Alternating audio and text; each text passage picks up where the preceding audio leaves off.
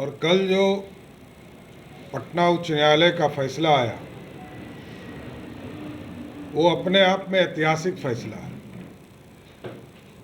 ये लोकतंत्र की जीत है, न्याय की जीत है और अति पिछड़े समाज की जीत है।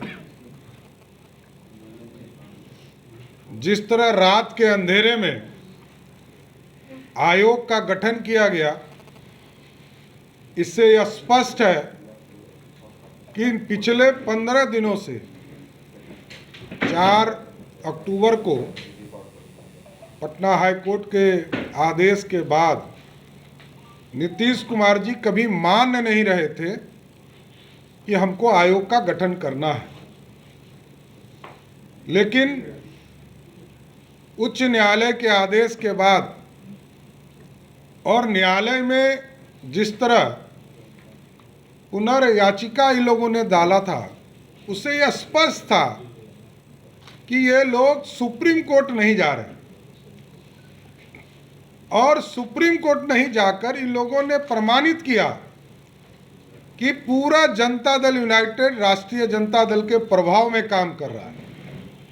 जिस तरह लालू प्रसाद जी ने अपने 15 साल के शासनकाल में कभी किसी को आरक्षण नहीं दिया, न किसी वर्ग को आरक्षण दिया, सिर्फ गरीबों का शोषण किया, ये पूरा प्रमाणित करता है कि आज पूरी सरकार नीतीश कुमार जी एक कठपुतली के तौर पर, नीतीश कुमार रबर स्टैंप के तौर पर बिहार के मुख्यमंत्री हैं। अब बिहार की जनता इनके थके हुए, विचारहीन, सिद्धांत विहीन राजनीति से उब चुकी है और ऐसे आयोग का गठन किया। पहले तो इनको हाई कोर्ट के रिटायर्ड जस्टिस का आयोग का गठन करना चाहिए था। इन लोगों ने ऐसे आदमी को अध्यक्ष बनाया है आयोग का जिसका कि पिछले महीने बाईपास सर्जरी हुई है, और बाईपास सर्जरी जिस व्यक्ति का हुआ हो तो वो कम से कम 3 महीने बेड रेस्ट होगा। ये लोग फिर अति पिछड़ा के साथ अन्याय करने की तैयारी कर रहे हैं, उनका शोषण करने की तैयारी कर रहे हैं कि जो जिनको अध्यक्ष बनाया गया, मेदांता के हॉस्पिटल में उनका बाईपास सर्जरी होता है और वो कैसे फिजिकली पूरे बिहार घूमकर एक एक यूनिट का पूरा जांच करेंगे। इसका मतलब है अभी 10:30 बजे नीतीश कुमार जी ने सभी मेंबर और उनके पूरी टीम को बुलाया है कमेटी के, ये अपना प्रभाव डालने के लिए, ये कुनीति फिर से स्थापित करना चाहते हैं, ये कुदृष्टि डालना चाहते हैं। मैं आगाह करना चाहता हूं नीतीश कुमार जी को और पूरी महागठबंधन की सरकार को कि आप इस तरह अति पिछड़े के साथ खिलवाड़ नहीं कर सकते। जो व्यक्ति अभी बीमारी से तुरंत निकला हो, जिसका ऑपरेशन हुआ हो, वो आयोग का अध्यक्ष कैसे हो सकता है? क्या वो फिजिकली फिट है? डॉक्टर से एक मेडिकल रिपोर्ट दिलवाइए कि जिस व्यक्ति को मेडिकली 3 महीने का बेड रेस्ट दिया हो, उसको आप आयोग का अध्यक्ष कैसे बना सकते हैं? ये अति पिछड़े समाज के लिए एक तरह से नीतीश कुमार जी जिस तरह लगातार शोषण कर रहे हैं, ये शोषण का प्रतीक दिखता है और इस तरह का अपमान अति पिछड़ा समाज नहीं सहेगा। आप लगातार अति पिछड़ों के साथ अन्याय कर रहे हैं। आज बिहार में उच्च न्यायालय को हम धन्यवाद देना चाहते हैं, जिनके आदेश के बाद, माननीय सर्वोच्च न्यायालय को धन्यवाद देना चाहते हैं कि जिनके आदेश के बाद मजबूर होकर नीतीश कुमार को आयोग का गठन करना पड़ा, लेकिन आयोग का गठन हुआ। इसको सही रास्ते पे तो ले जाने का काम नीतीश कुमार जी कीजिए, या आप अपने प्रेशर में, जिस तरह आपने एडवोकेट जनरल से जबरदस्ती 2 बार जो अनुशंसा उन्होंने किया, तीसरी बार अनुशंसा बदल दिया, तो क्या आयोग के अध्यक्ष और मेंबर को बुलाकर आप अपना फरमान देने वाले हैं क्या?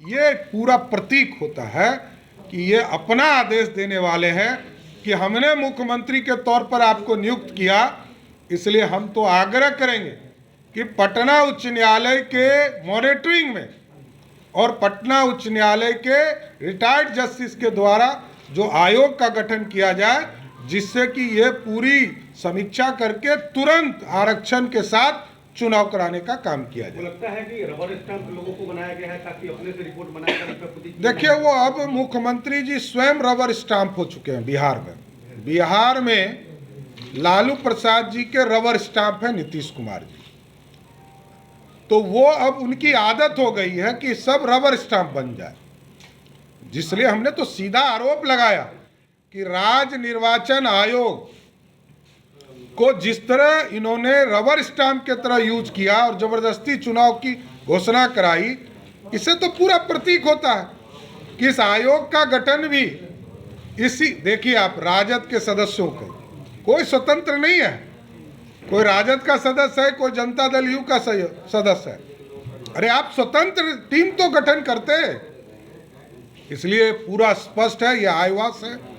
लेकिन मैं उच्च न्यायालय को और सर्वोच्च न्यायालय को विशेष तौर पर धन्यवाद देता हूं आपके माध्यम से कि आयोग का गठन तो करना पड़ा नीतीश कुमार को, जो पिछले 15 दिनों से ये लोग लगातार झुठलाने का काम कर रहे थे। देखिए, नीतीश कुमार प्रतीक हैं पलटी मार के, और ये पलटू कुमार इसी के लिए जनता एक एक बच्चा बिहार का कह रहा है। ये कभी भी कुछ कर सकते, इससे मैं कभी डिफर नहीं करता हूं। नीतीश कुमार सिद्धांत विहीन राजनीति करते हैं, इसमें कहां दो मत है। हमने तो कहा कि 7 बार पार्टी छोड़ चुके हैं, ये 8वें की तैयारी है, इसलिए ये कुछ भी कर सकते हैं।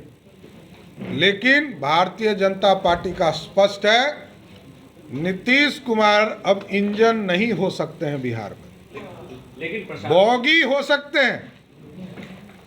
इंजन अब भारतीय जनता पार्टी के नेतृत्व में हम 24 और 25 का चुनाव लड़ेंगे। लेकिन नीतीश कुमार ने कहा है कि बी पार्टी बनकर प्रशांत किशोर काम कर रहे हैं बीजेपी के, क्या कहाँ तक ये बात सही है? देखिए, पहली बात तो ये मैं बता दूं, अभी तक मेरी जानकारी में प्रशांत किशोर किसी पार्टी के सदस्य नहीं है। वो यात्रा निकाले हैं, तो जब तक वो पार्टी नहीं बन जाए तब तक उनके बयान पर क्या हम लोग स्टेटमेंट दें।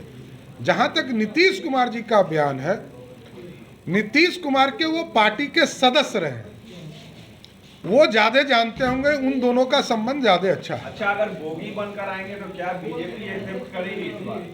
देखिए, बॉगी कोई आएगा, भारतीय जनता पार्टी के नेतृत्व में बिहार में कमल खिले, उसके पीछे जिसको लगना है आए ना भाई, कहाँ दिक्कत है। और भाजपा ने तो लालू प्रसाद जी को बिहार की राजनीति में पैदा किया, 90 के चुनाव में समर्थन देके मुख्यमंत्री बनाया।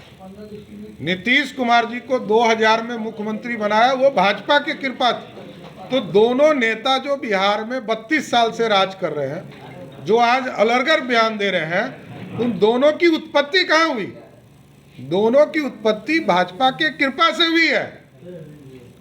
इसलिए बड़ा स्पष्ट है, बिहार की राजनीति में बिहार का जनता मैंडेट देगा और हम पूर्ण बहुमत की सरकार 24 में भी बनाएंगे और 25 में भी बनाएंगे।